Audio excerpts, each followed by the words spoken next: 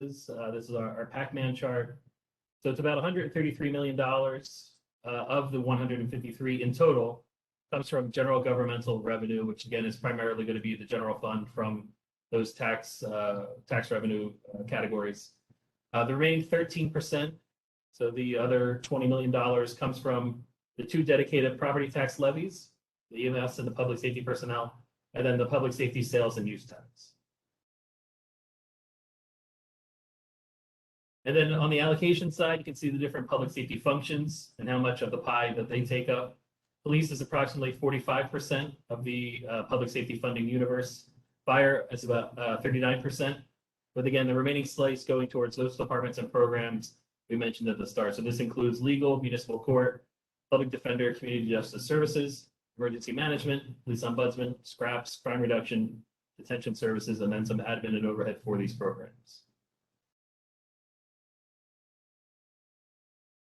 And back over to Tom. Well, this is Lori. I have a question. Can you go back? There we go. Do you have percentages for all those? We do, and I can update it and share that after the meeting. Thanks. Sure.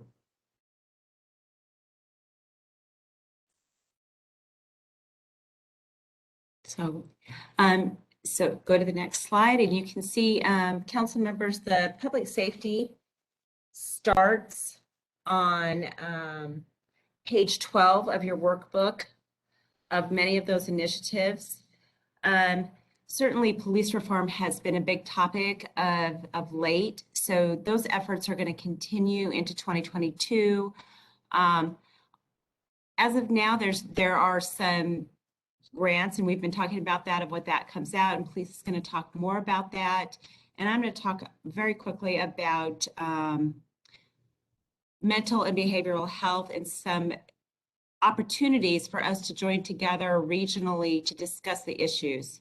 But we also want to be cognizant of police records and what is happening of late with police records. You're going to hear about supporting victims of violent crimes, and enforcing the removal of abandoned vehicles. We've had a very successful campaign on that, and Mr. Perkins is going to talk to you a little bit more about the continuation of those efforts. And then our policing technology operations. There's a lot happening in police regarding technology and the use of technology. And then we're going to switch over to our fire services and talk about wildland fires, fire prevention services, which you've been briefed on several times, and then some fire operational changes that will bring about some efficiencies and support for fire where they really need it.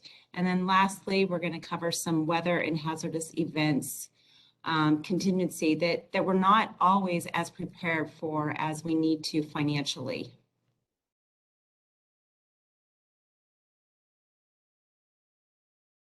So let me start, City Council, with just these two items of focusing a bit more in 2022 on mental and behavioral health initiatives. What the mayor is proposing is creating with our regional partners a collaborative or a committee, a task force, whatever we'd like to name it, that really starts to focus in of what is happening with mental health and how are we responding to mental and behavioral health in light of the pandemic. We've heard a lot of information about this, but this is also mental and behavioral health leads to homelessness. So this goes hand in hand with a lot of our homelessness issues.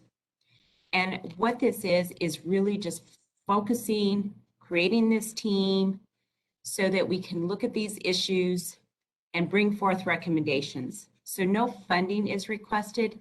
It's really to get your feedback on what you think about this. We're starting to see a lot of other regional areas come together and put more attention on mental and behavioral health. But this is working with our health district, working with our other partners, our vendors that are providing this, and seeing what different models might work in this region. An example is we're starting to see some cities, for example, on dispatch and response, create 911 telemedicine. And this is just a different model. a different way to look at it to help reduce the number of EMS calls that go out and really address the response right then and there. So again, no funding is set aside for this, but it is something that is starting to emerge in a lot of other communities. And it's just to bring recommendations forward to you as we move forward. Any questions there? Yes, Councilman Wilkerson here. Very aspirational. We have had these regional conversations. My question going forward is who would hold this work? And there will be a cost to it because just even getting the people to the table or staffing. So I think we may be a little disingenuous that it's not going to cost anything. Just labor and time will be a cost. And again, who's going to staff it and maintain it? Great question, Councilmember Wilkerson. This is something that the administration has just had some initial conversations about. And so we are looking for your feedback. We're certainly recognizing that it is becoming a larger issue in light of the pandemic. So a solid plan hasn't yet formed. It would really be, this is how we're wanting to introduce the topic to you, get your feedback, and then come back to you with more details. If I could just build off of what Councilmember Wilkerson said, it's like you're reading my mind this morning. Thank you. We've been working on regional solutions for at least 2 years now. And what has happened is the city of the valley or the county will put money into services as long as they're located in the city of Spokane. So I want to be very aware and intentional going forward that this is no longer going to be an option. Everybody has to take a portion of that load within the county. So not everything is going to be focused on Spokane or in Spokane. And I think it's, as Councilmember Wilkerson said, this is very aspirational, and I don't think that it's a bad idea. I want to make sure that as we're looking at this, it's not about the city of Spokane taking on that load and everybody else will throw money at it. So let's be aware of that going forward. And I will finish with, are we really the ones to be doing this work? We have our own challenges in-house, but there are experts in their own fields out there that maybe should be leading this charge, and we partner with them. But I don't know if we are the ones that need to be out front.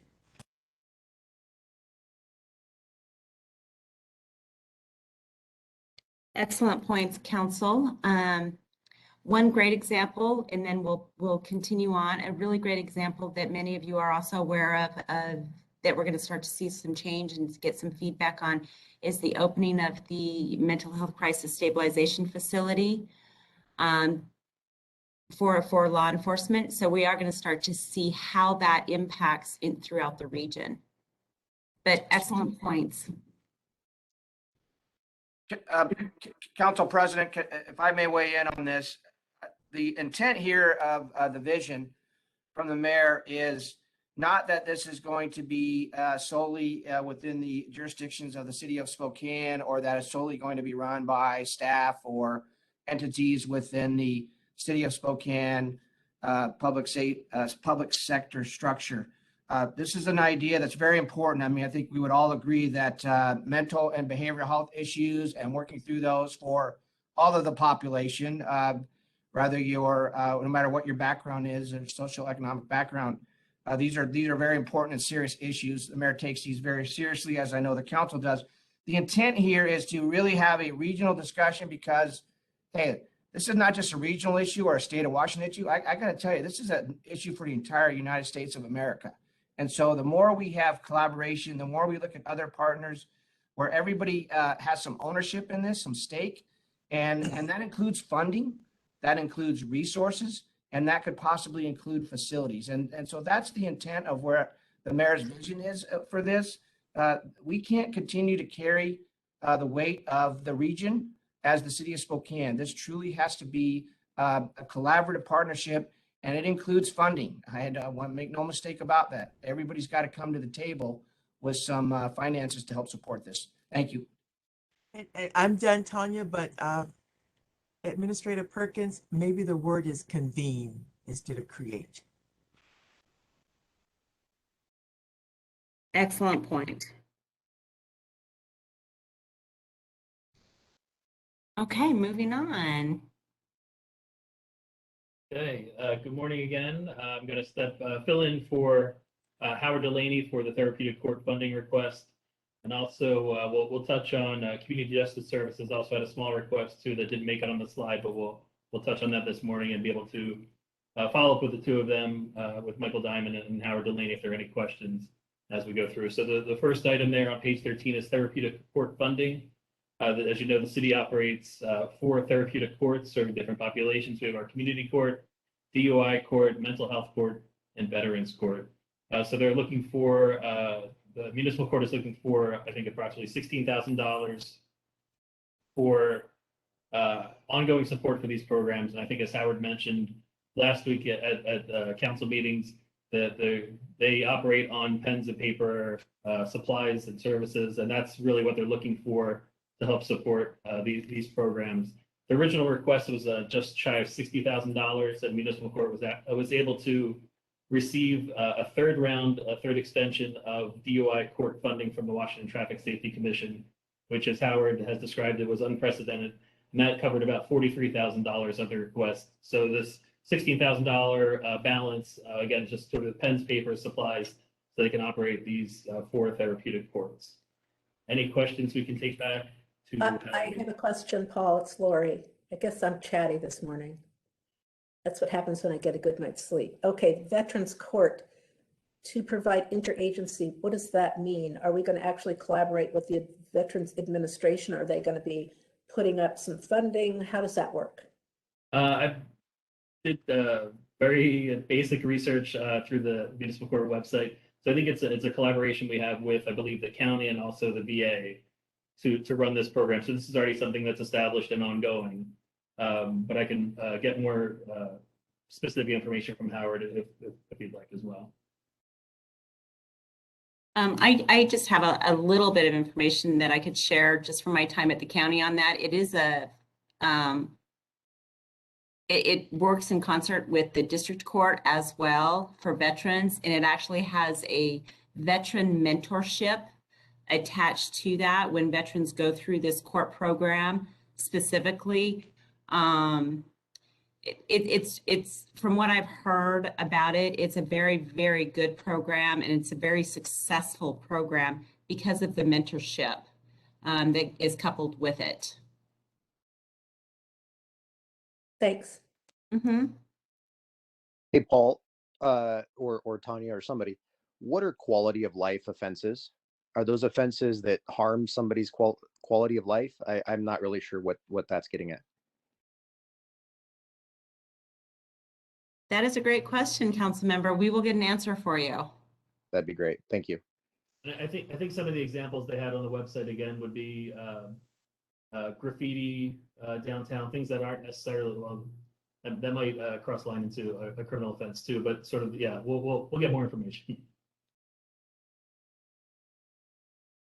And then before we move on to the next item, I'll just briefly talk about the cognitive behavioral therapy training that the Criminal Justice Services Department is looking for some funding for. I believe that's also around $16,000.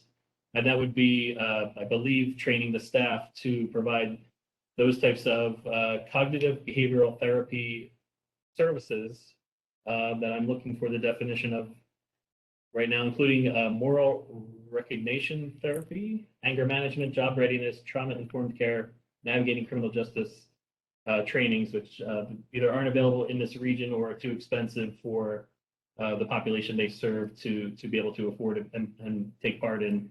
So they're looking for $16,000 to be able to do that training for the staff to be able to provide those services in this area. And if there are any questions, we're happy to take those back to the experts as well.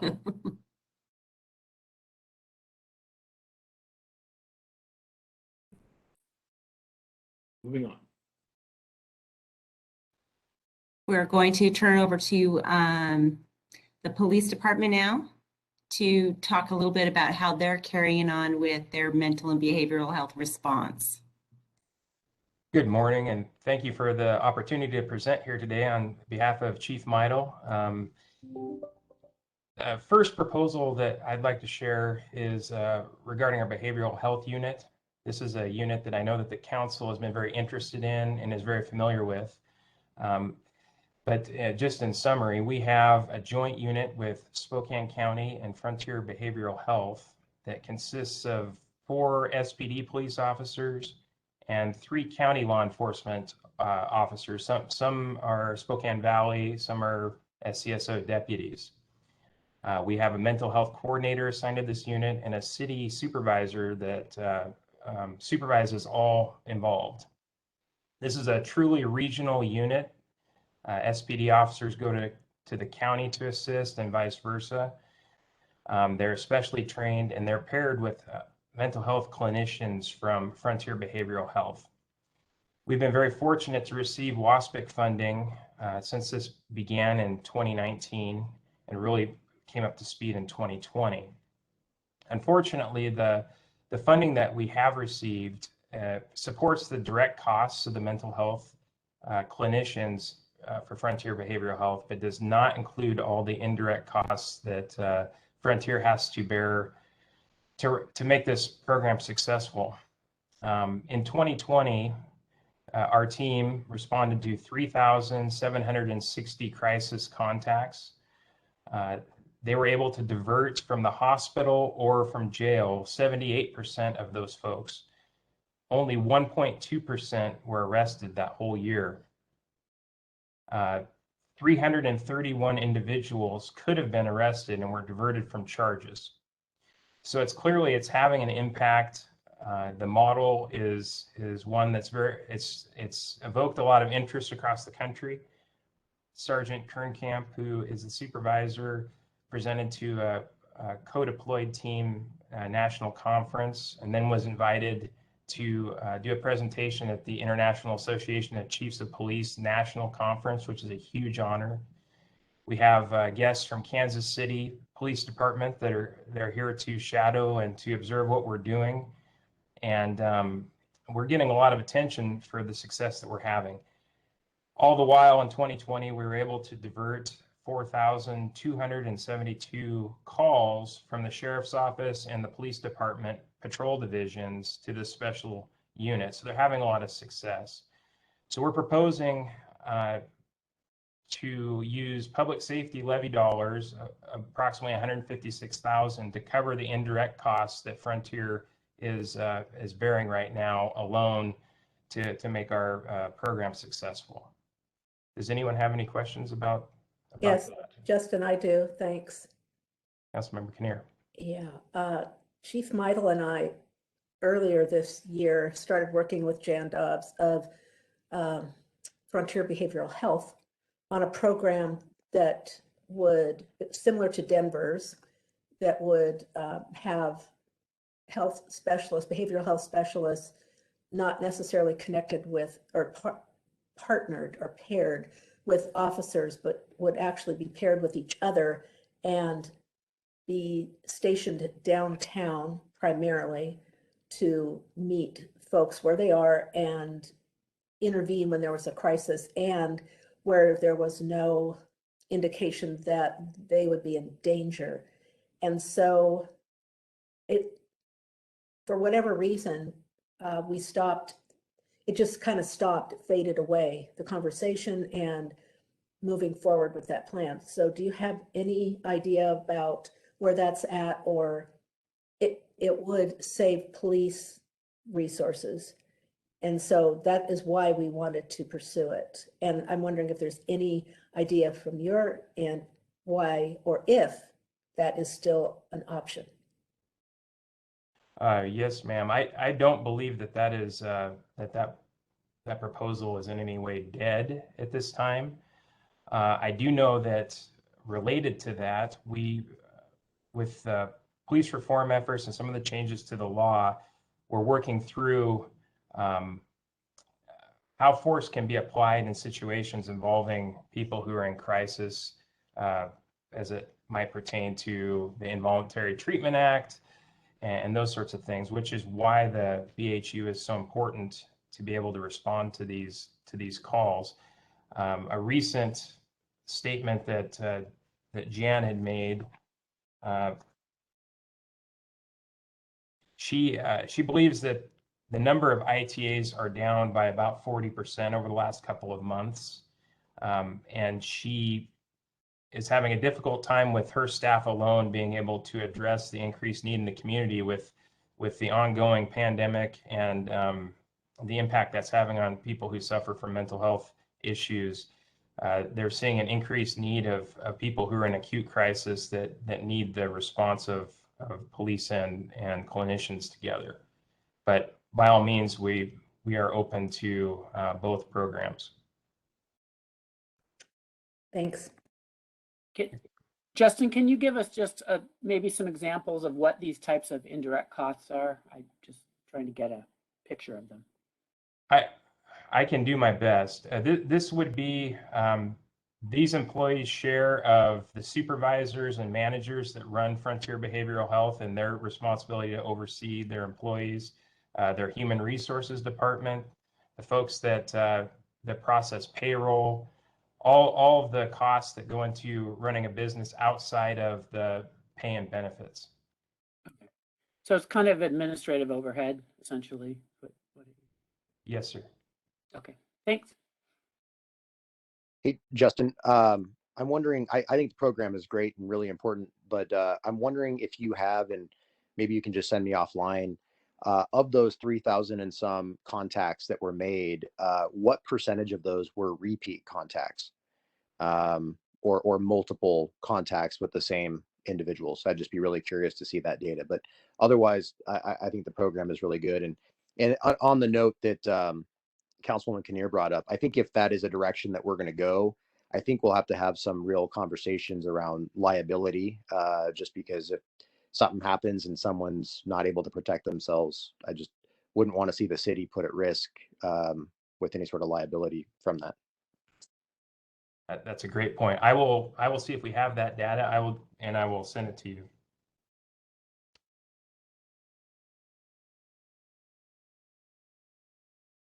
Is there anything else on this topic?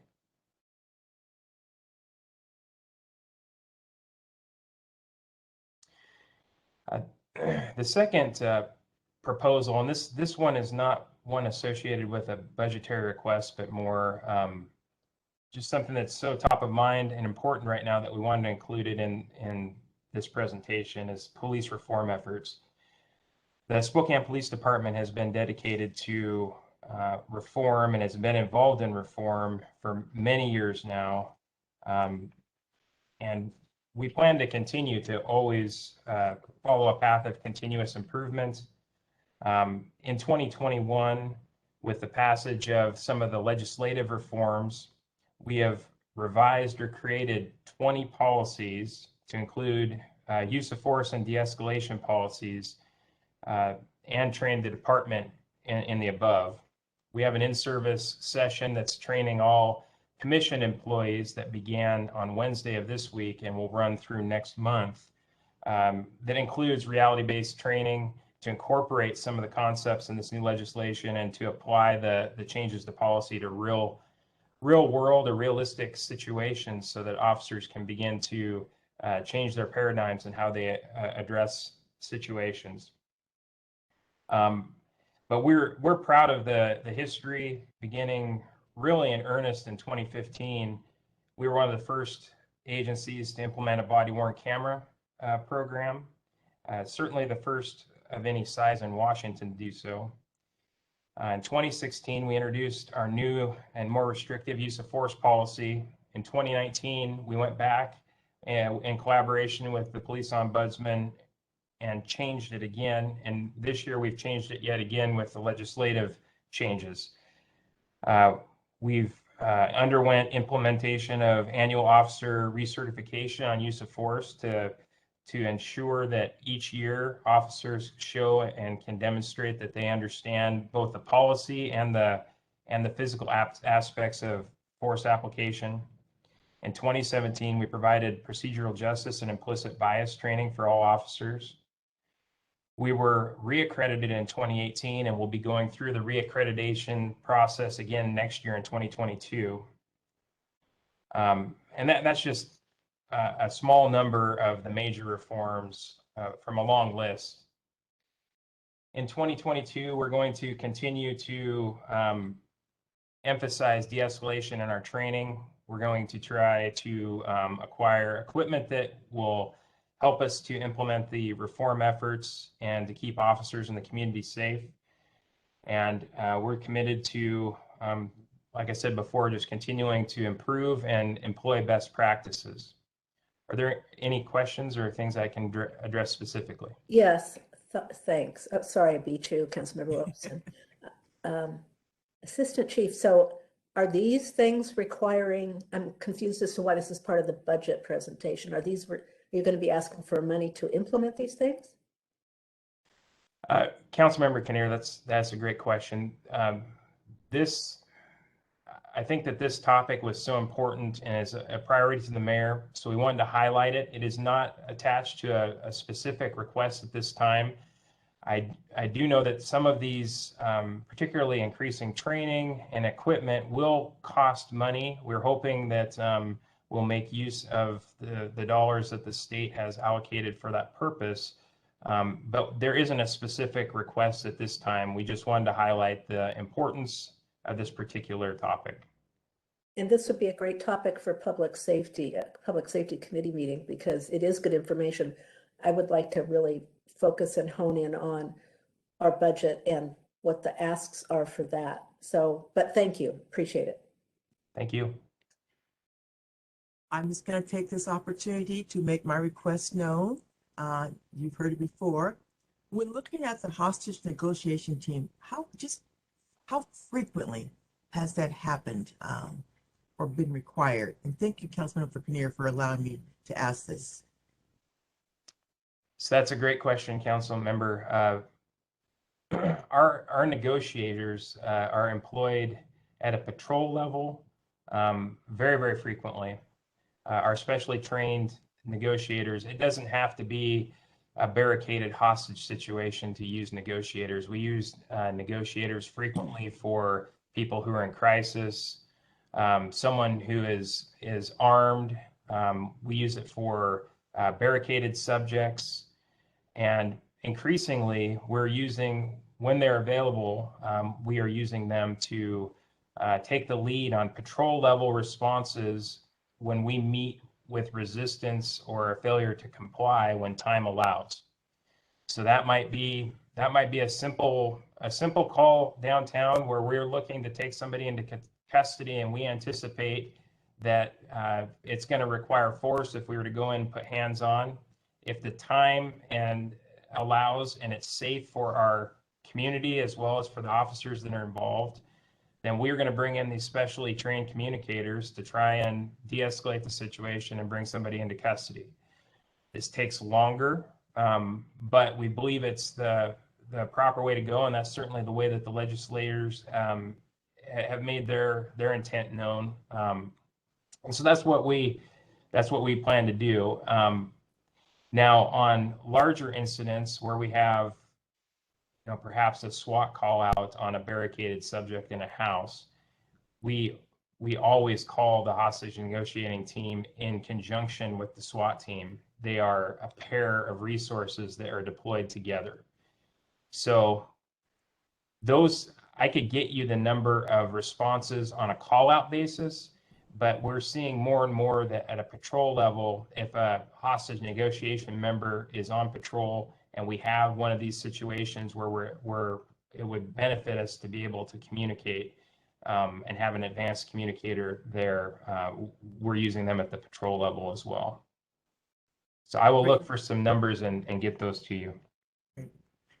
Councilmember Kinnear, I look forward to this at a public safety study session. I think there are lots more questions. Thank you.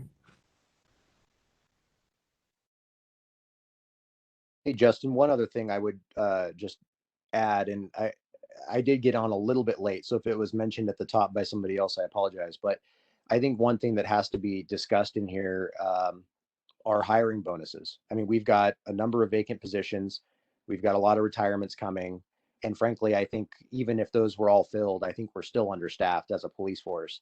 And so I think, you know, we really need to consider hiring bonuses, something that can compete well with the county or other regional municipalities that may be doing something similar, and try to make sure that we can get our police force up to where it needs to be. So I think in terms of 2022, that should be a high priority, is staffing up.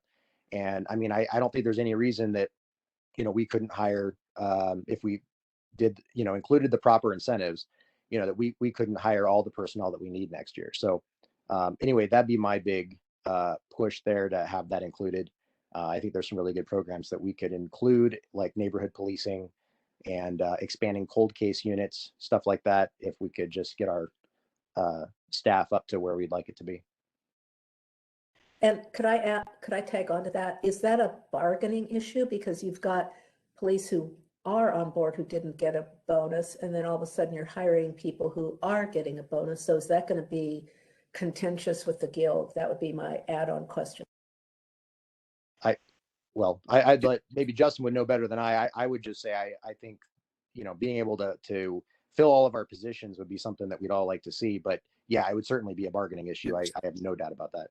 If I can address that, council members, Cathcart and Kinnear, yes, we are evaluating the prospects of some form of a bonus employment incentive, and that would require some conversations with the police guild and any other organization, representative employee organization. We would want to do something similar and like-minded.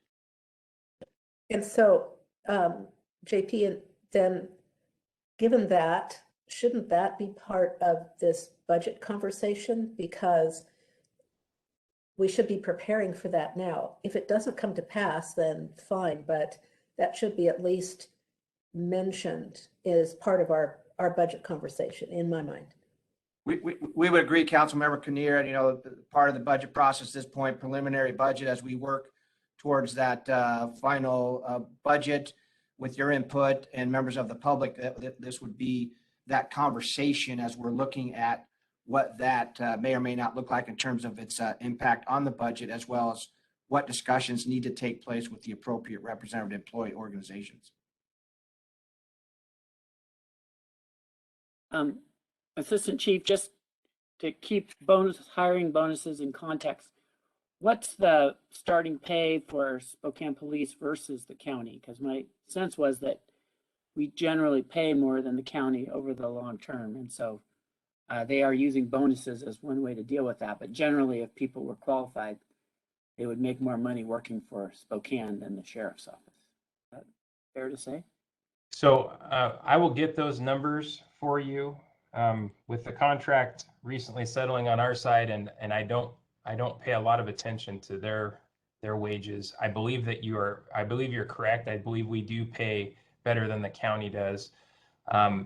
What we're experiencing is applicants that we are processing have applied to both agencies, and they're on both lists, and they're being processed by both agencies simultaneously.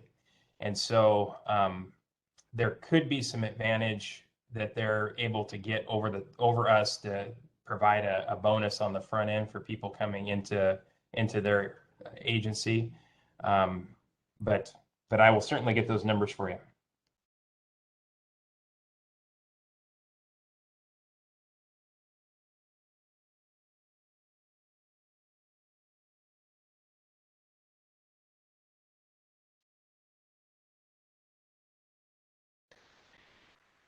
And this next proposal is also one that is not new to anybody on the council. We've talked about police records in the context of public records requests, the volume of requests that we receive, and how we try to serve the public as quickly as we can.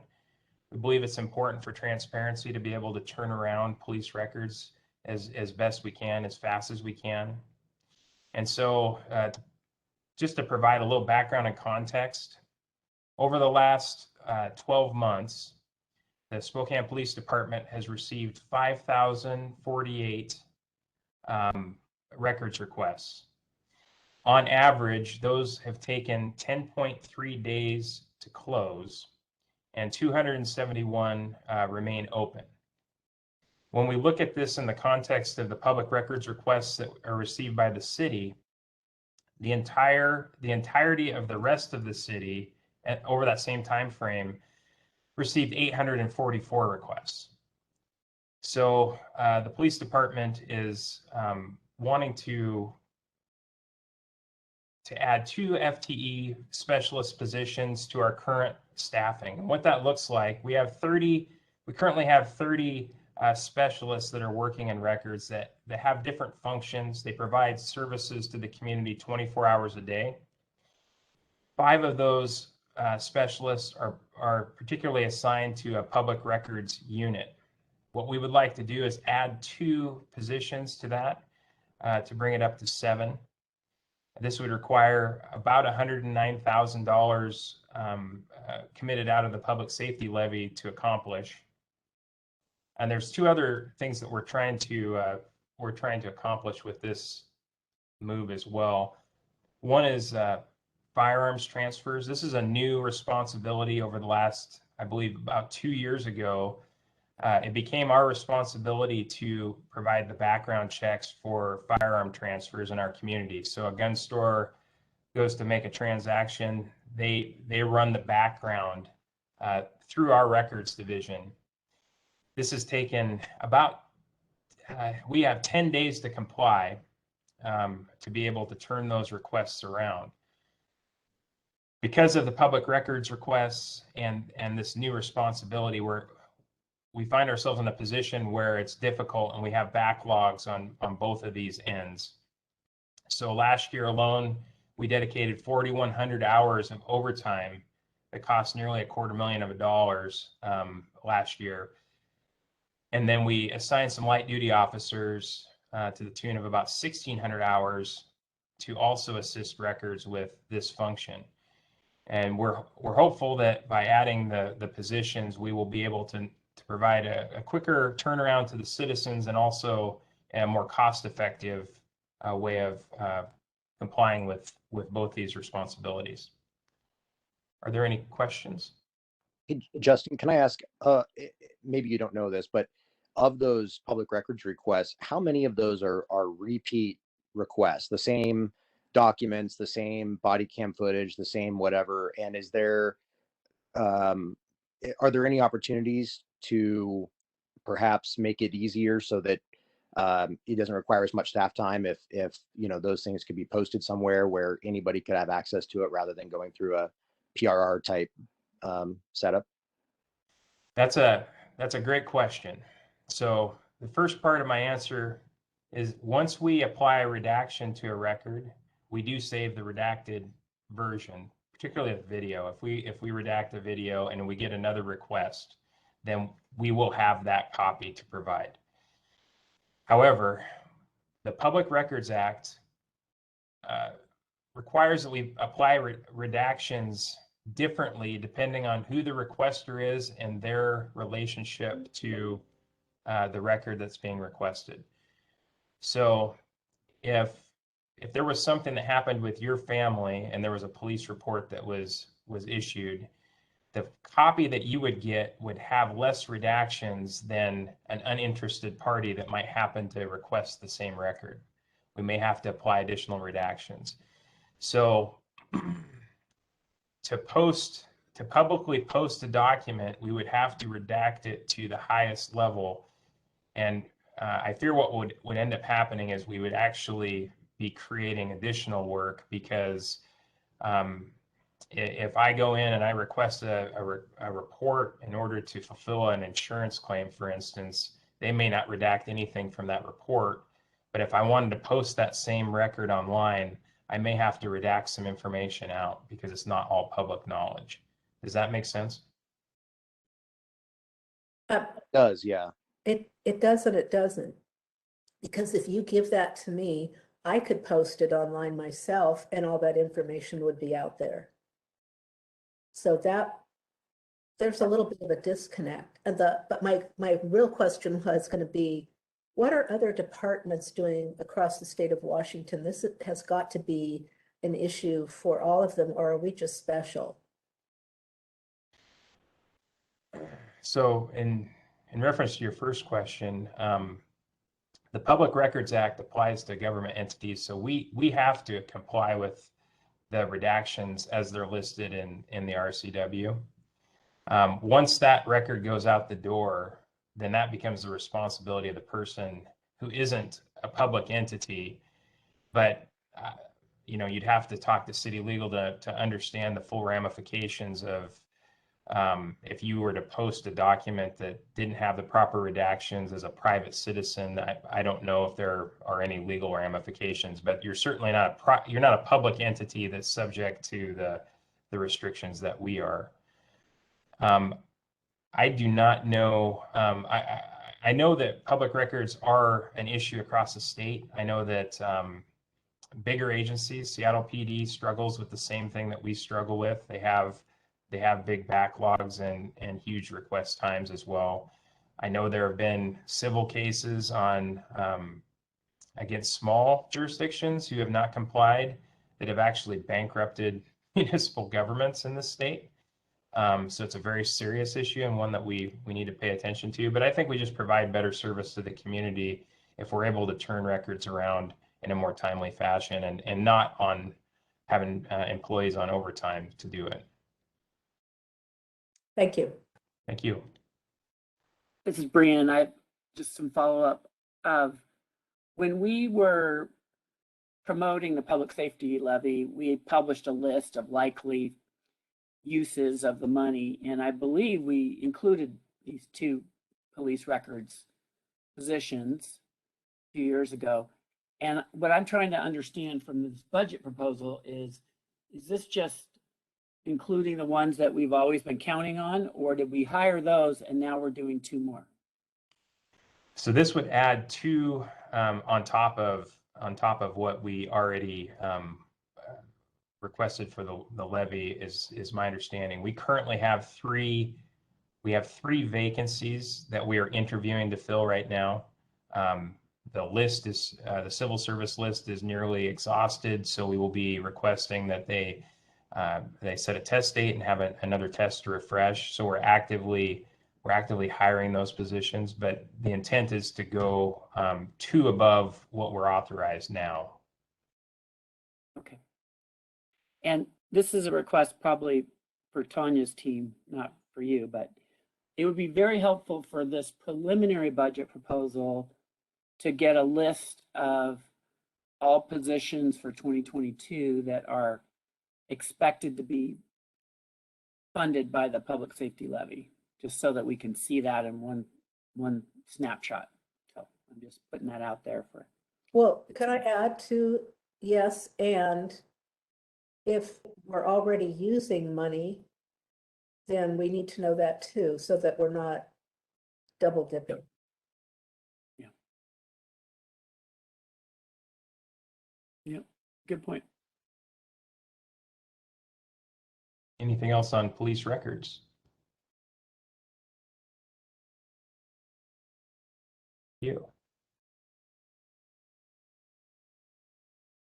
Victim advocacy. This request is for 1 full-time employee to be a victim advocate to support our major crimes unit and Safe Streets Task Force for human trafficking investigations. Approximately 2 years ago, we had an FBI victim advocate that was available to us for the human trafficking side. And this position was absolutely critical to these investigations. And when you think about the types of victims who are being trafficked, they're very vulnerable.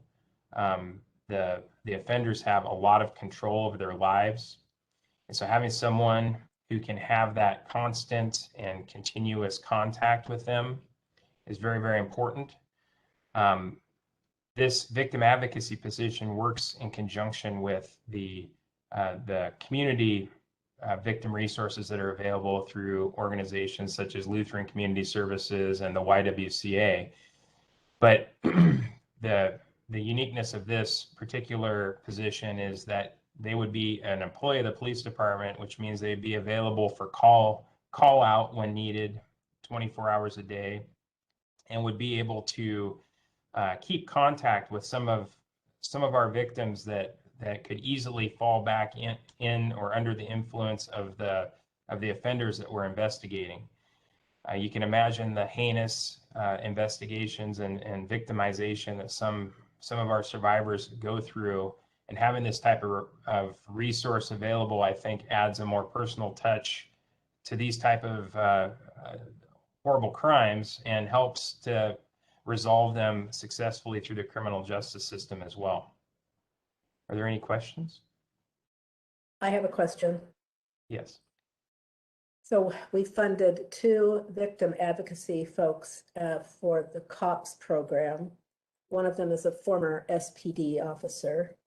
Yes. They are doing a bang-up job, and I'm wondering if, Tanya, it's probably a question for you. Are you advocating to cut that program to fund this? Because I see that program is very effective. No, Councilmember Kinnear, the distinction between the 2 programs, COPS focuses on property crimes and supporting victims of property crimes. And I would agree that the people they have in those positions are doing an awesome job in the cop shops, supporting our victims of property crime and pointing them in the right direction for resources, providing them with education and information that helps them to not be victimized again. This victim advocate is particularly for violent crimes and for victims whose needs are a little bit are unique to violent crimes, and resources that are unique to violent crimes, and the investigation that often spans for several months that's associated with violent crimes. So they're 2 necessary and different types of programs. Okay, so I think Patrick would probably disagree with you, but I just want to make sure that we are not gutting our COPS program to fund this. And I'm wondering why, wouldn't this victim advocate be associated or be connected with the Special Victims Unit, or no? So our Special Victims Unit is part of our Major Crimes Unit. So yes, they would be working with our homicide robbery detectives as well as our Special Victims Unit. And then Safe Streets Task Force is where we house our investigators for human trafficking. So they would be a resource for all 3 of those units for particular cases where it would be applicable. But can we get confirmation from Tanya or your team, Tanya, that the money, we only approved a contract update through 2021 for COPS, and then we said we would update the rest of it going forward. I just want to make sure that the money at that same rate for those 2 advocates is in the proposed budget. If it is, or if it isn't, I'd want to know that. Council, you are correct. There was one-time funding provided to the COPS for the advocacy that they provide, and that was limited through 2021. It is not part of the preliminary budget at this time. We have not received a request from them otherwise. Right. Well, I think they have a standing request because the original proposal was to be for a few years, and then we kind of made a compromise for some reason to just do it. So I consider that a request, and I think it has strong council support as well. So I believe the hope was that they would be able to find some grant funding, which was the funding source previously to the city funding for that support. I think that's going to be available. But we can follow up. Okay, because I think the grant is not going to be available for another year or so, because they missed that one window for that one grant. So anyway, well, again, I think a lot of council members are expecting that that's going to be in the 2022 budget. So just to be clear, but thanks. Justin, I'm wondering, so the second to last bullet says, be available to respond outside of normal business hours with detectives. But what about responding to victims? I guess, an experience that I had a couple years ago was late at night on a Friday, and I didn't have the ability to get a police report. I didn't know what the outcome was, if the person involved had been arrested, if they were in jail, if they were out, if they got my license plate, if they knew where I lived. I didn't know any of that stuff. And because it was the weekend, there was literally nobody I could call. And so what I'm wondering is this somebody who could respond to that sort of a situation and be able to provide some answers to somebody who's been involved in something? That's a good question. This one position would not have the bandwidth to be to provide that type of role for the agency. However, for our most violent crimes, once the patrol responds, takes the initial investigation report, they are assigned to detectives in a quick fashion. Oftentimes, detectives may even respond that night, and that is when this particular individual would start the engagement process. Potentially would be early on, but not necessarily open to all victims in the community to be able to contact, just because of the it only being one position. This is someone we're going to utilize for the most violent, the worst type of cases. Well, maybe that can be handled through the cops, but I'm wondering, would they have access to, pertinent information, those individuals? Is that part of the arrangement that they have? To pertinent information such as police reports, if somebody, basically that level of detail. So the relationship that we had with the FBI victim advocate in the past, they would be familiar with the aspects of the case. They would come alongside the victim during interviews if they wanted to with detectives. So they'd be intimately involved with the particular cases. Oh, I'm sorry. I'm wondering the cops individuals with the cops organization that are doing some of the victim advocacy. Do they have access to any of that sort of information? Could they fill that role? That's an interesting idea. Let's touch base after this presentation. They do provide some support in that manner, but we have CJIS concerns on how we pass information back and forth. But for the interest of time, can I reach out to you later? No problem.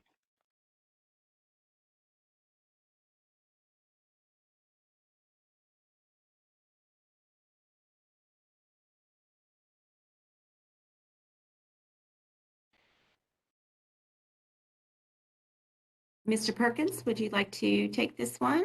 Yes, thank you, Madam CFO. Council President Beggs, members of the City Council, Madam Mayor, I appreciate the opportunity to briefly summarize the abandoned vehicle program request up front. We would like to add an additional $50,000 for enforcement of abandoned vehicles, which includes RVs. And the reason we need that, I want to summarize for you below. A few months ago, the mayor had inquired. We as you council members get these as well. A lot of inquiries through 311 and others, your own offices, and certainly here in the mayor's office, get questions about abandoned vehicles, RVs. What are we doing? The backlog. And so the mayor had asked us and given us direction to put together a plan, a program to see what we could do to start to address the backlog. So we engaged our neighborhood resource officers. We engaged our parking enforcement team.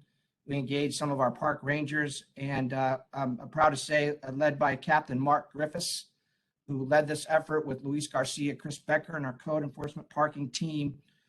We identified about 1,400 vehicles and RVs as the backlog in terms of cases where we weren't getting to them as quick as we thought we should.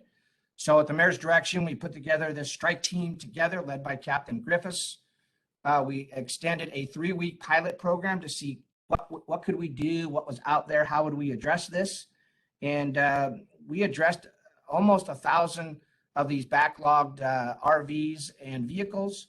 We closed just under 500 cases in terms of either giving a formal citation, towing, some other things that were done. But we know there's more that we can do. And again, we just limited to 3 weeks because we just kind of wanted to see how would this work? How would resources be made available in order to appropriately address this? And so we feel that with $50,000 more, we could target this a little bit more. I'm actually thinking about doing another 3-week run here in the next couple weeks to see how we do a second time on our pilot to see how it works. So we would respectfully ask for consideration and support for additional $50,000 for our abandoned vehicle, which would include vehicles on our streets as well as RVs. Thank you.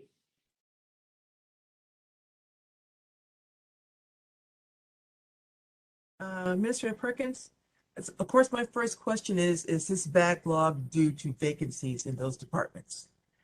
That's question one. And then this $50,000, is that just a one-time ask, or do you anticipating this additional funding being in all future budgets going forth for this? Councilmember Wilkerson, I can't specifically say yes or no if it's the backlog was related to staffing issues or just the amount of concerns that were coming in from our citizens and our residents.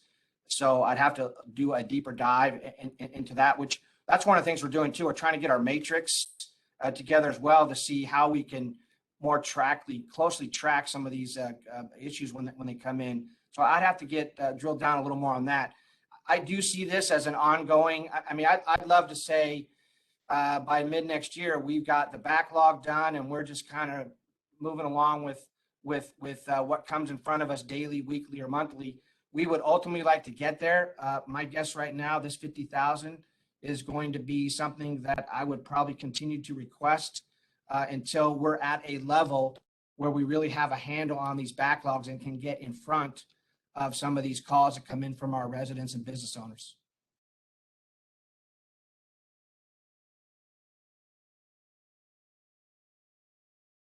Just quick follow-up, you know, what community members who have been emailing us were reporting that 311 was reporting that council hadn't funded the money for towing companies. And so that's why they were only towing so many, and which, you know, council hadn't been asked for it. So that was challenging. But my question is, the 50,000, is that what it's going for, is contracts with towing companies, or is it increased? Thank you, Council President Beggs. I wanted to include that. I was waiting for you to finish up your question, but great minds think alike at times. But yes, so the 50,000 is for our towing companies as we get them prepared and staged as we move forward. But that would be what the 50,000 request would be for, sir. Thank you.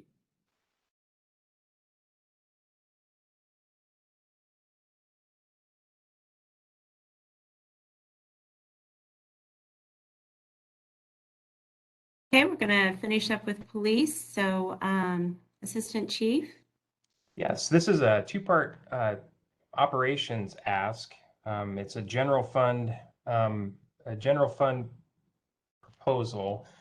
The first part is to expand and replace the existing RMS and mobile reporting systems, which would be an increase of about $319,000 to the general fund Axon contract. What that would do for us is we replace an aging system and antiquated technology. Our report writing time in the field could be reduced by approximately 50% by using the field reporting system that's provided by this vendor over what we're currently using. It would allow for automatic transcription of all videos and audio that's uploaded to the system, which would also save us time. Would provide storage space for all of our digital evidence. Formerly, we had a system called CaseGuard through the forensic unit at the county, and they stored all of our digital evidence in that system. That system was retired, and so we needed to find a replacement, and this would serve that purpose as well. It would integrate reports, body cam videos, digital evidence, and TASER logs into a single platform. It's a cloud-based system, so anywhere in the world where there's an internet connection, officers would be able to connect and write reports. Currently, they'd have to have a VPN connection to the city and then network connectivity to the county in order to be able to do that. We should eventually realize some cost savings by this move by no longer needing to fund 30% of the New World agreement, which includes 3 full-time county IT staff. There'll be major reductions in system downtime during upgrades. We'll also have the ability to customize our reports and data collection. This is based on the ability to add fields into reports. Currently, we find ourselves having to make paper forms or PDF forms to supplement legislative changes, and this would be a digital solution to that. And probably one of the most important things is we'd have improved data analysis and statistics. The current system does not allow for keyword searches in narratives, and there are only 3 items that can be searched across the entire database. So if you are not searching for a name, a firearm, or a vehicle, and you want to search across all the agencies that use New World to try and find reports that are linked together, you have to do the search independently in each agency's database. So this would be eliminated as well. Before I go on to the other part of this proposal, are there any questions about the RMS portion? Yes, it's Lori again. You're going to be sick of me, Justin, by the time we're done here. So Never. I remember when New World was proposed and talking to all of you about how it was really not a good system, and it was pushed by the past administration and some county members, and it was not user friendly. There were so many issues with it, so you ended up with it regardless. And now you're proposing to fund an Axon system. I don't disagree that that's probably a good move, but I want to make sure that going forward, it is user-friendly and that police are going to respond favorably to it, and that it will carry us into the future for a length of time where we're not facing this again in 5 years. That New World, that whole New World episode was so distasteful. I want to make sure that we don't repeat that. No, that's a great point. When we did the last upgrade and went to New World, we were replacing a 1980s Northrop Grumman system that we were on. It would not allow us to report into the NIBRS system for our crime reporting, which we were required to do. So New World fit that niche. It gave us the opportunity or the ability to be able to meet that new requirement that the federal government was mandating us to migrate to IBR.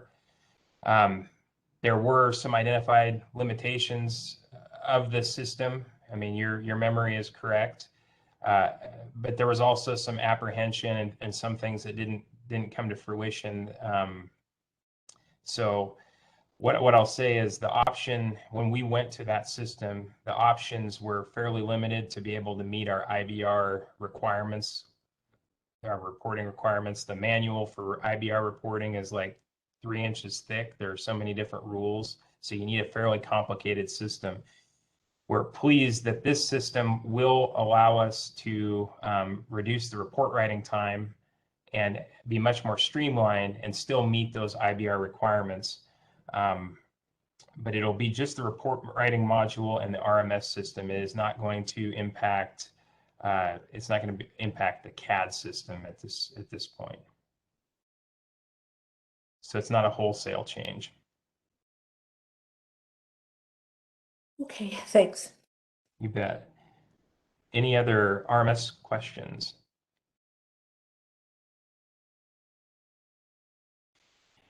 Okay, the second part of this request is to create a director level position to oversee SPD technology needs. I know that you're all familiar with Shauna Ernst, who's been working as our manager. Her unit oversees 4 critical areas for our department: the applications development and support, hardware infrastructure and security support, digital forensics lab, planning and project management. Shauna is very industrious and a hard worker, and she's been taking on all of these roles, some of which are outside of the manager's job description, including the project management, statistical analysis, and the digital forensic lab components. Her work touches all parts of our organization, across the organization. It's not just the technology unit that she's managing. And so recognizing this and the successes that she has had for the agency, we are proposing to create a director level position in order to continue to have the success and provide her with the resources to be successful. I won't go through a lot of the initiatives that she has undertaken in the short amount of time that she has been here. But when she joined us in May 2019 through just the middle of this year, she has saved the department close to $1 million and savings to the city of about, so the total savings to the city is about $890,000 in her first 2 years in her position. She's done that through applying for applicable grants, for doing extensive research and saving money on different hardware solutions. She just finds innovative ways. One example, she reached out to a Cisco vendor for some technology. She agreed to demo it across the city, which she did. And then in return, they provided one room of video conferencing equipment free of charge. So we estimate that she has the potential on some future identified projects to realize somewhere in the neighborhood of $500,000 of annual savings if she's able to accomplish it. So this provides her with additional bandwidth. It will focus her role on the project management, the strategic side, as well as overseeing the digital forensics lab, which in the future will require certification from an outside entity, which is a huge and very labor intensive process. Does anybody have any questions?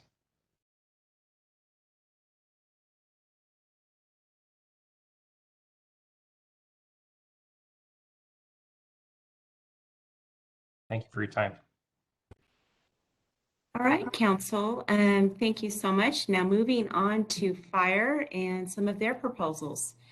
Chief, I turn it over to you. Hey, thanks, Tanya. Can everybody hear us okay? All right, good. Our fire marshal, Chief Lance Dahl on my left, and then our assistant fire chief, Chief Williams on my right.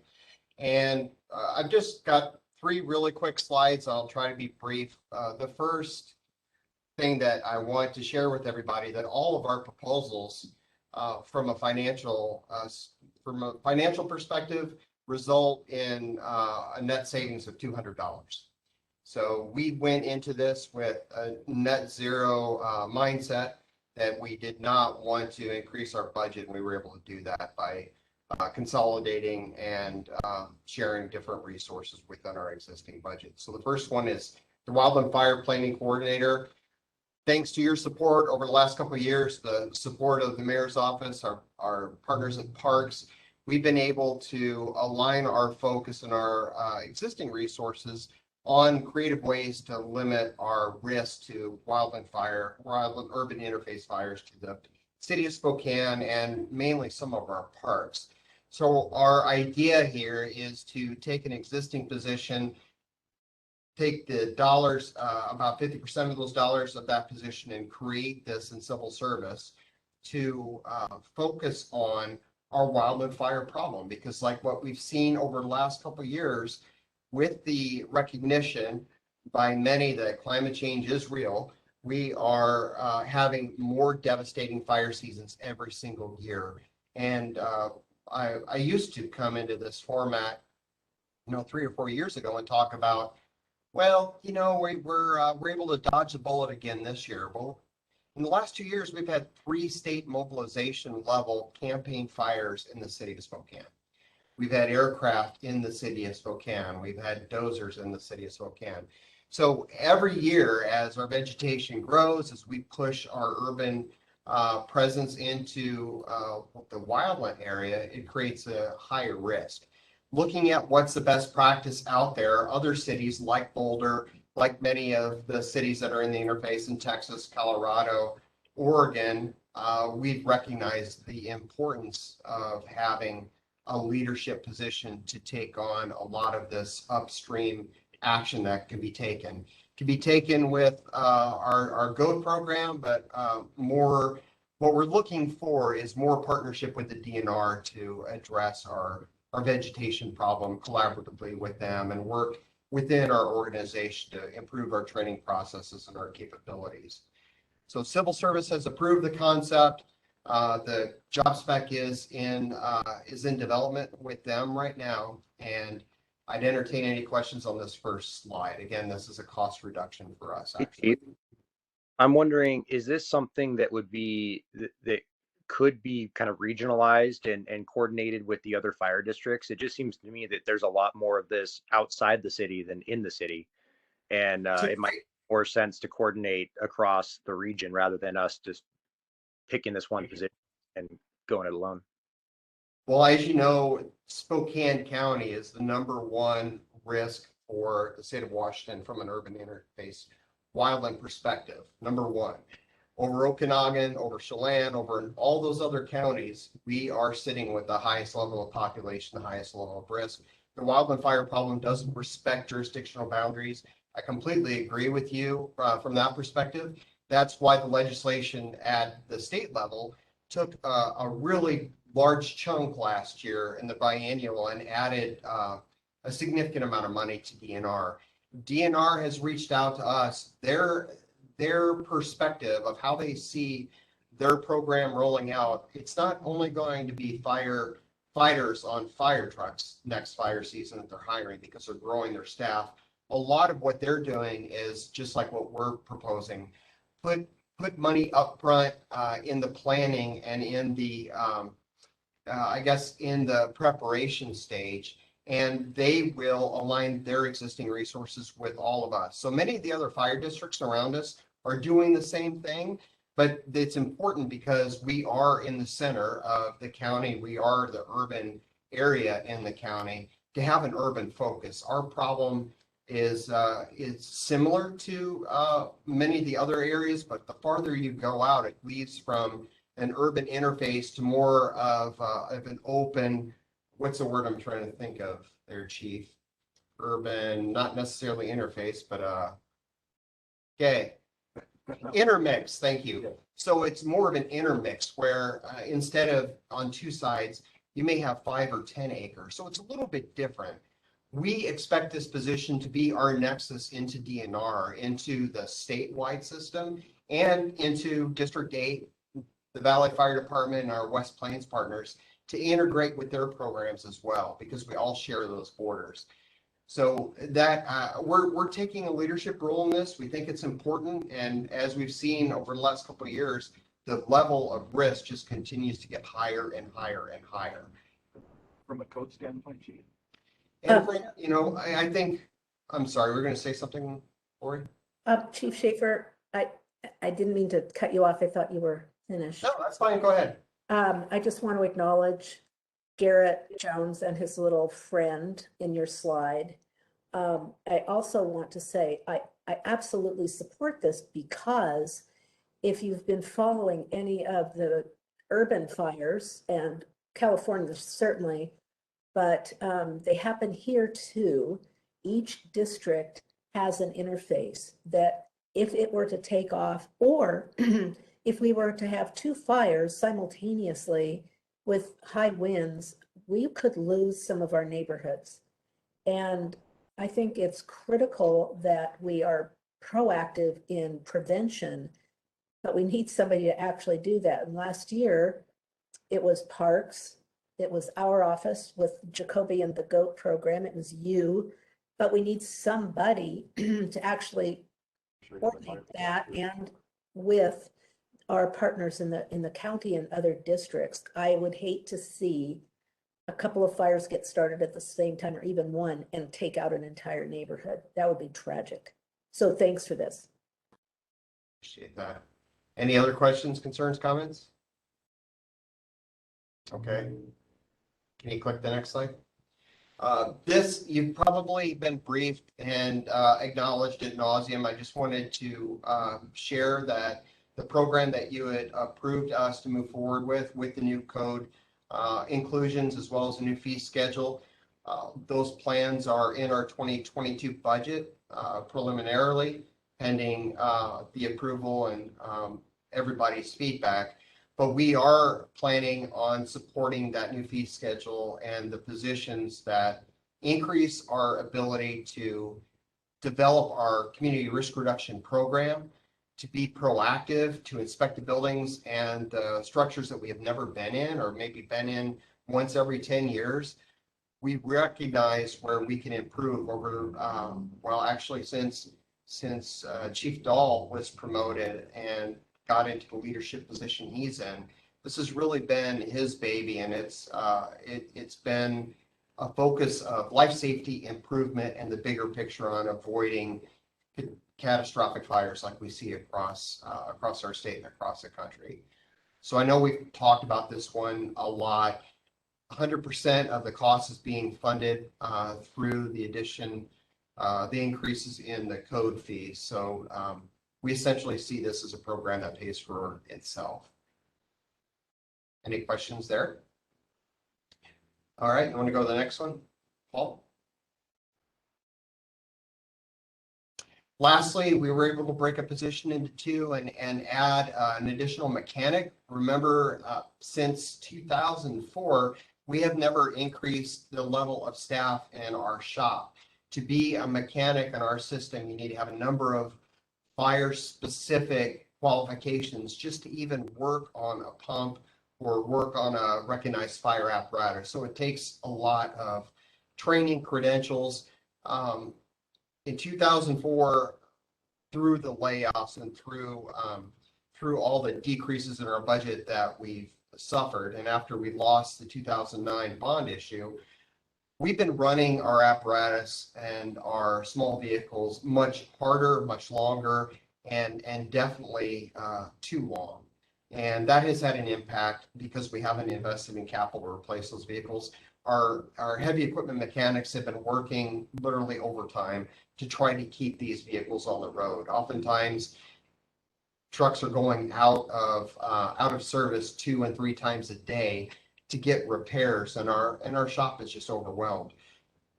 We brought the question, or we brought the problem, and had a discussion with a work group. The solution that we came up with was adding at least one heavy equipment mechanic to that group to be able to help manage the increases in vehicles that we've purchased. Remember, the difference between 2004 and now is we added Station 5, we added Station 6, we added ARUs, we re-implemented Engine 2. We've added a lot of resources to the system and not done the back-end support just to keep those rigs safe on the streets of Spokane. This position, again, at a zero cost to our budget, accomplishes that. The second part to that is a PIO. For the history of the department, we were established in 1884. We've never had a public information officer. Our PIO work was done predominantly by me when I started, and was done as an ancillary duty that I took on myself. And through the last 16 years, that's where it sat. It sat there while every other division in the city has been able to focus on that community outreach, speaking with the mayor, with the staff. Really need to do a better job. It's not a part-time job. It's not something that I should or I can actually do and give it the amount of attention that it needs. During COVID, we did have a community risk reduction specialist or manager that was able to help me out with that.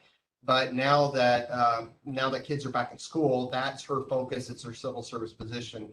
We're missing that connection to the community. So our ask is to, again, at a no cost, merge a PIO into our organization as a civilian to be able to spread our message and better communicate with the community.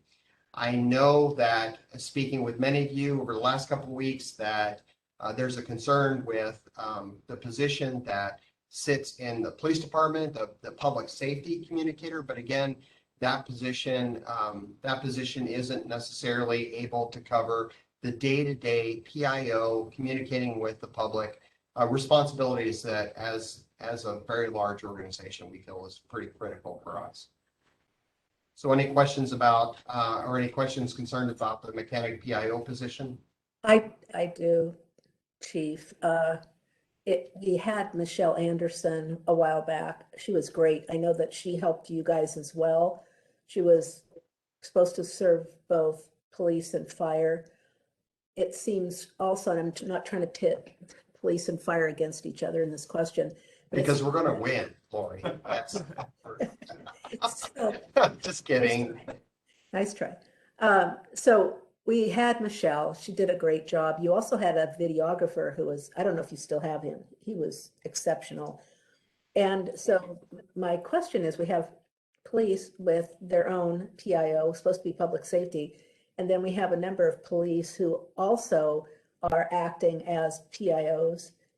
So is that an option for you all, is to share one individual and then have firefighters rotating or individuals rotating that position, so it's not all on you? Because it seems like you have an unfair burden, but we might want to share is what I'm asking. No, I appreciate that.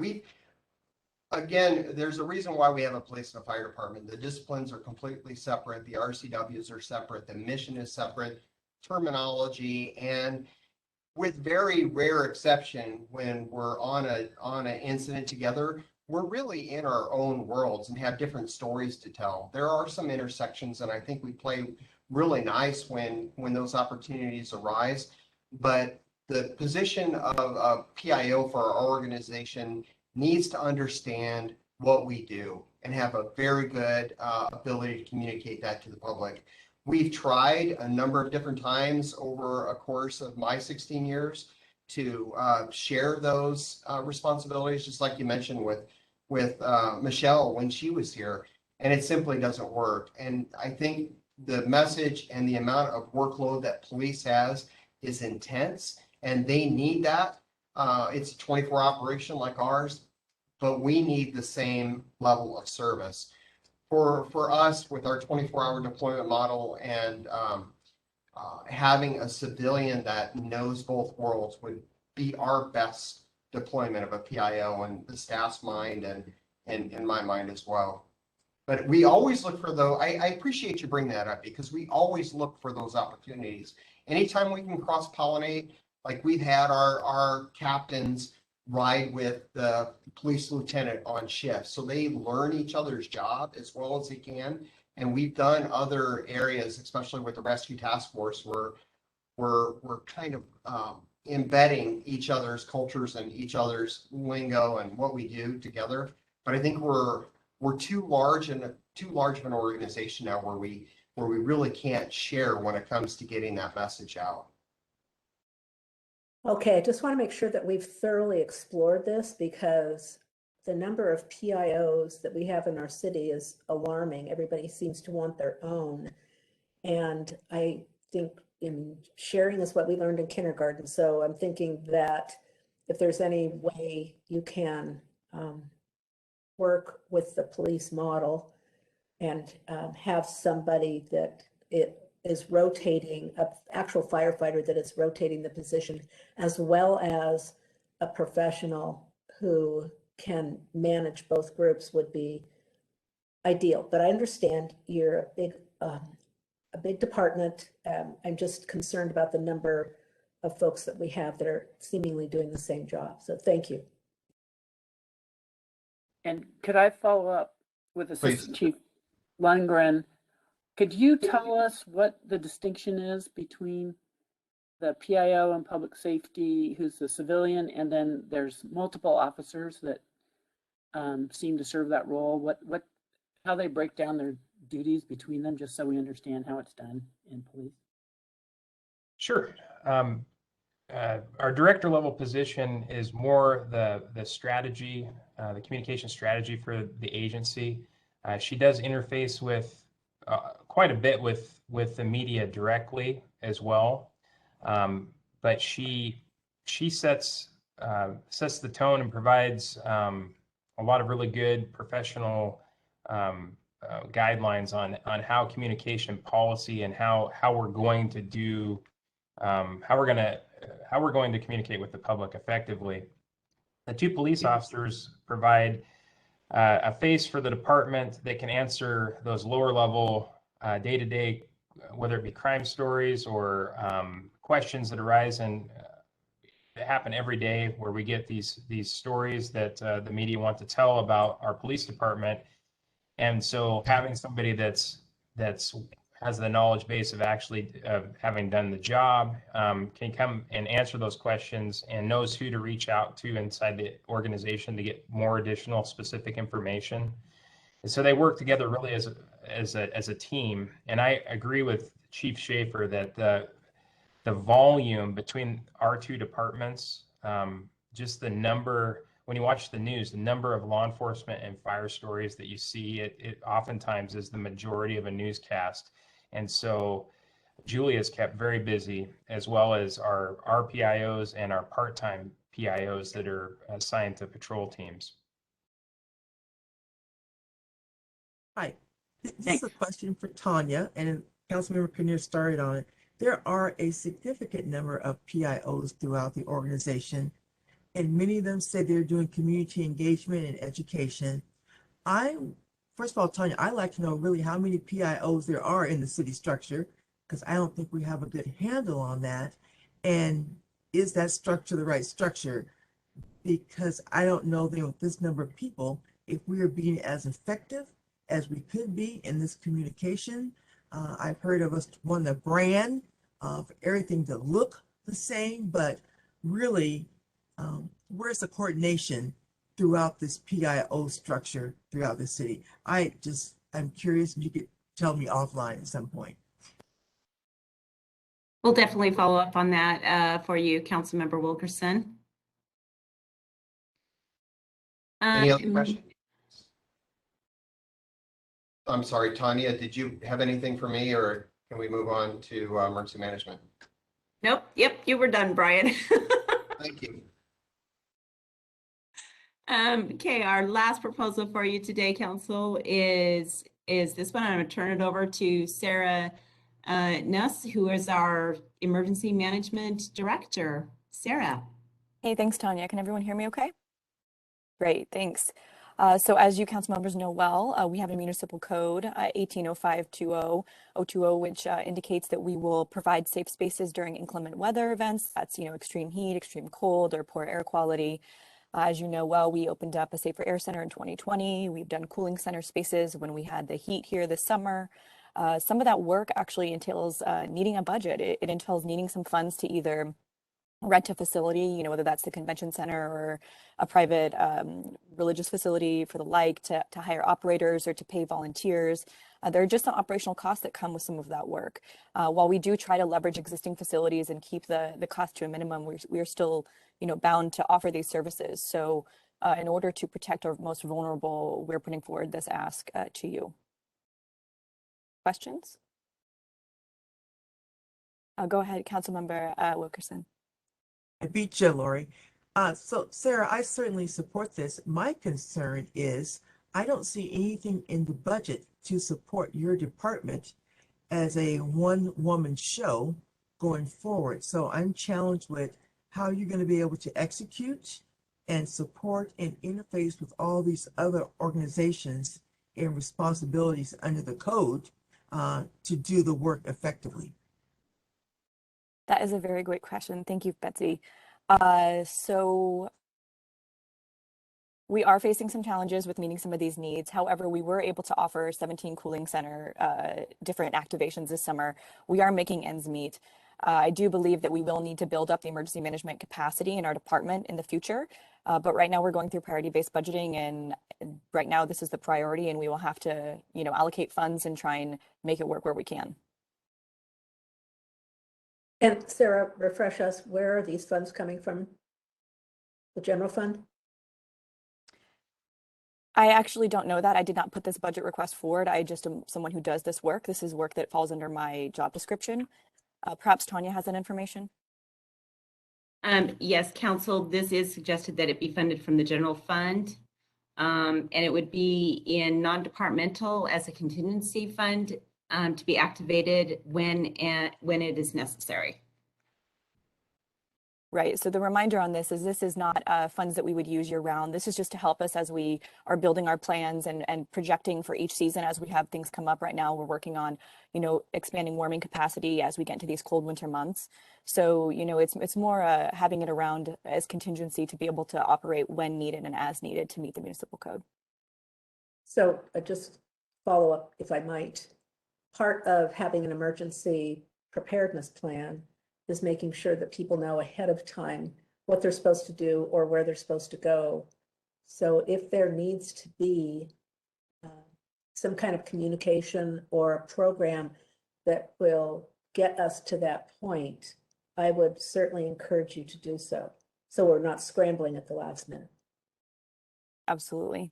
That's one of the key tenets of preparedness, is doing things ahead of time. I think, you know, this budget ask will help us be able to do that. It allows us to actually project and plan for things in a realistic way, instead of putting things on paper that we'd like to do, but then having it come around to the moment, not having the funds available or having to call you to make them available, et cetera. Hey, Sarah, in terms of just the making sure everybody's aware of kind of what the plans are and, you know, where to go if there is an emergency or, you know, an extreme heat or cold event, that sort of thing. I just wonder, I mean, obviously there's the typical kind of media channels, but I also wonder if there's an opportunity to use like the texting system similar to how we do Amber Alerts and things like that, but something that could just go out if there is an event and just let everybody know, hey, if you need a place to go, this is, you know, the nearest address to you, or this is the location identified. Yeah, thanks for bringing that up. That technology does exist right now. The ownership of that technology is with Spokane County Emergency Management. So as we need it, I work with them and have them send it out to our community. In future years, as we are able to allocate funding to emergency management, I would hope to be able to integrate our own city-specific software to be able to do internal and external communications. That's just a capability that you build as you build a department. And right now, we don't have that capability. Betsy, go ahead. Sarah, thank you. Okay, here I go. So, emergency management, how are you going to deploy all this information if you don't have a public information officer? What would be the course of getting this out? I mean, where would you go first? Is that Mr. Coddington, or would that be the PIO and police or fire? So that's why I'm challenged with your department as a one-person show, that you're going to coordinate all this, and what is the process? If there is one, I'm not aware of it, so I probably get burned in the fire. So Yeah. we would just like, at some point, I would like more. Thank you. Yeah, absolutely. That's a really great question. So traditionally, city government, when you have an emergency management office or anyone doing emergency management, the PIO is always the communications director, or however you title that person. So for me, it's always Brian Coddington. And no matter what budget I would ever put forward, I would never hire a PIO. I would always use Brian. That's just kind of standard best practice. There are some large cities that are much larger than us, you know, New York, who might have a dedicated PIO for emergency management. It's a little bit different than the departments like police and fire. It's not unusual for them to have their own specific PIOs. So for me, I use Brian Coddington, and that's the process that we would use enduringly. It is not documented anywhere in that, you know, we are still building our emergency management program, but heretofore I've had no challenges getting information out as far as, you know, emergency notifications and things in a timely manner, letting our staff know what's going on. Again, that is a capability I'm hoping to build up with an internal notifications tool down the road.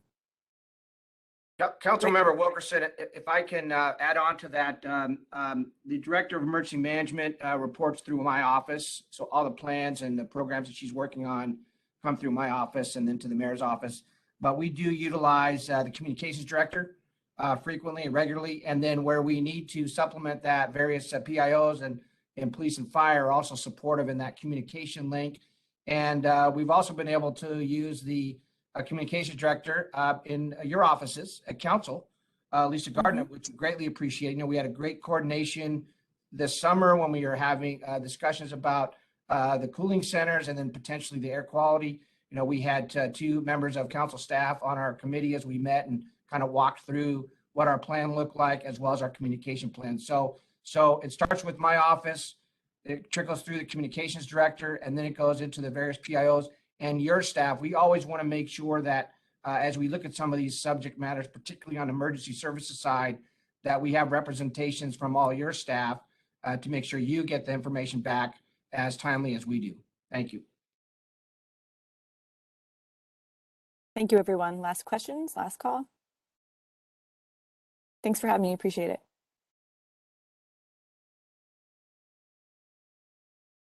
Okay, City Council, thank you. So our next workshop will be next Tuesday from 4 to 6. It'll be mostly focused on the quality of life. So that is really our homelessness and our housing sectors. Again, if you have additional questions, we've been taking notes, but please use budget@spokanecity.org. And we're going to be drafting up all of these notes to get them back to you, or your questions, answers to your questions as quickly as we can. So are there any other questions, topics? Hi, Tanya. My last comment. As I look at the mayor's proposed budget, but I also look at her strategic proposals that are funded heavily through ARPA funding. So I hope that is not being included in the budget because they will go through the same process as any other entity that puts in a request for these funding. So it's a parallel process, but I don't want us to get confused that they are intertwining at any point, and the expectations that this ARPA funding will be fulfilling or backfilling anything. We know there are some funds that will be able to go to the city for restoration and resiliency, but I just want to throw that out there because I'm really concerned at some of the information and numbers that I have been seeing going forward. So I look forward to more conversation about that. But again, all these requests will go through the same proposal as any other request that comes in for ARPA funding. And that is completely understood, Council. We just felt that it was very important for you to see the requests for ARPA in context with all of 2022. Again, this is a priority-based budget, which is really no different than what anybody does in their own household. When you have limited funding, you have to do your highest priorities. And so the intent is to use the funding that is all available, or put proposals forward to you for all of the funding that is available so that you're seeing a full, complete picture. We clearly understand that those ARPA proposals that are in front of you will go through a different process, and we are still working on what that process is. We understand that the council right now is only at the idea phase. And we do have some proposals that are a little more mature and would be ready for council consideration, but we completely understand that that is going to go through a different consideration process. But we want to make sure that you have the full context of city operations and what it's going to take in terms of additional resources to meet all those expectations. But point very well taken. And thank you, Tanya. Oh, go ahead, Mike. Oh, I'm sorry to interrupt. I thought you were done. No, go ahead. I'll conclude later. Well, I was just going to ask, so of those ARPA allocations that you've included in the preliminary budget, I guess how much of that is sort of making the city whole? And if they're not filled, I guess, would that affect our general fund to some extent? A great question. We are going to provide a lot more detail about that next Friday at the last workshop. We have reserved some time to talk about that. Yes, not making the city whole in some way or not replacing some of those lost revenues. It should be no surprise that there will be service level adjustments that will need to be made. There will be we will need to have alternative conversations about what those service levels might mean. But that is why we wanted to show the full context of what it is so that you do see and understand the full ramifications one way or the other. But we welcome those conversations and we'll bring forward more information next Friday. Thank you, Tanya, for that. And I like the word some, making some of the city whole. However, again, I'm like Councilmember Cathcart, so this is the best picture. What's the other picture? And I think we would like to see that sooner than later. If there's going to be some difficult cuts to be made, we would like to be talking about that now. So please, if that's out there, get it to us as soon as you can. Yes, sir. I would like to add on to that, if I could. Council President, you look like you're going to say something too, but let me just. I think Councilmember Wilkerson is not saying we're not going to use the funds. She's asking for those two things to be separated out so that we can see what actually funds you're asking for and going through a process that everybody else is required to go through so we can make that evaluation. I don't think she's, and Councilmember Wilkerson, if I'm speaking out of turn, let me know. No. I don't think she's saying, no, we're not going to use them. I think she's asking for a different process, which is very different than we're not going to use them. So that is my request as well, is what are the ARPA funds, where are they embedded in the budget? And can we separate those out and make a separate request as we are asking everybody else to do? Council members, in the ARP fund, we have the appropriations there. They are not allocated to anything specific at this time because you have not made any decisions on how to use that. And we certainly support and respect that role that you have. On page 19 are specifically the ARP proposals that the mayor has outlined. They're not part of the budget because you have not approved or allocated any of the funding. It can go through a separate review process. You do not need to say yes or no to any of those at this time. So we will cover that on Friday, and maybe I need a separate conversation so that I'm really understanding what you're asking. In terms of having it separate. They are completely separated on page 19 are those specific lists of proposals. So I guess the concern from my standpoint, and since today is public safety, is we kind of I want to see the budget without any ARPA. So I need to know what we're doing on fire and police capital if there is no ARPA money, because we've had a tradition for about the last 8 years of dedicating the 1% increase in property tax plus a match. So, and then accumulating that so that the contribution to fire and police capital from the general fund is getting higher and higher every year. So I'm wondering how that, putting aside any requests for ARPA, how is that reflected in the preliminary budget? How much money from general fund is going to the to pay off debt service and to purchase new capital for 2022 budget, preliminary budget? That's not clear to me. Then we will do our best to help get that cleared up. The same 1% is going in. It's about $6 million that is going over into that fund. I do not have off the top of my head how much of it would be used for. I believe it's probably about 4.3 million would be used for debt service. The other 1.7 million is what's available for equipment for both fire and police. What you see in the ARPA request is above and beyond the 1.7 to meet the needs that they have. There is no additional general fund revenue, except for the 2.1 million that we've said is excess. It could all go towards equipment, but then that would be a no to all of the other proposals. It could go towards equipment. That would be a no to all the other proposals. It would also mean that we would have to identify where we want to cut from other departments in the general fund. And did you in 2022 add the 1% plus the match to that capital contribution or not in this preliminary budget? We did not, because that results in a cut in other general fund programs.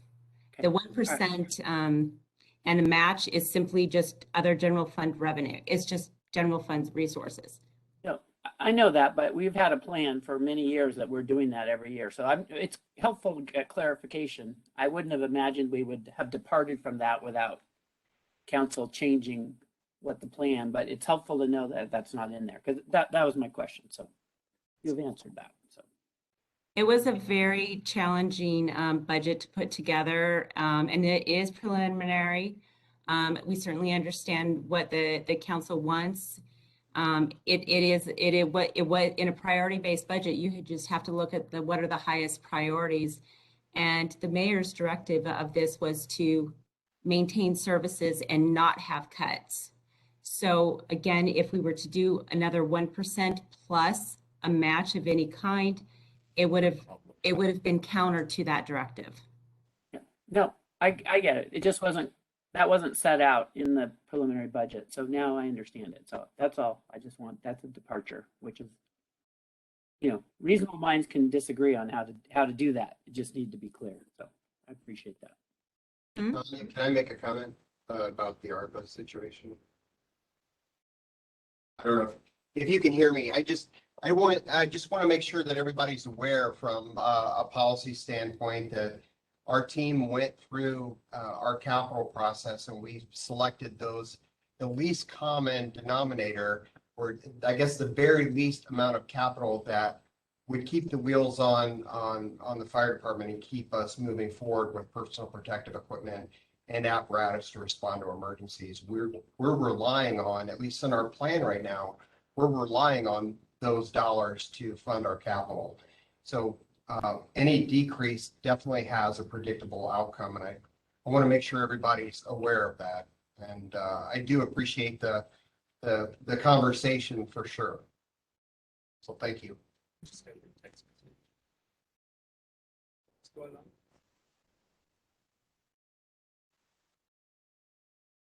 We have 6 minutes, City Council. Are there any other questions, comments? Anything more we should prepare for? Have a great Friday afternoon. All right, thank you, City Council. See you guys later. Bye.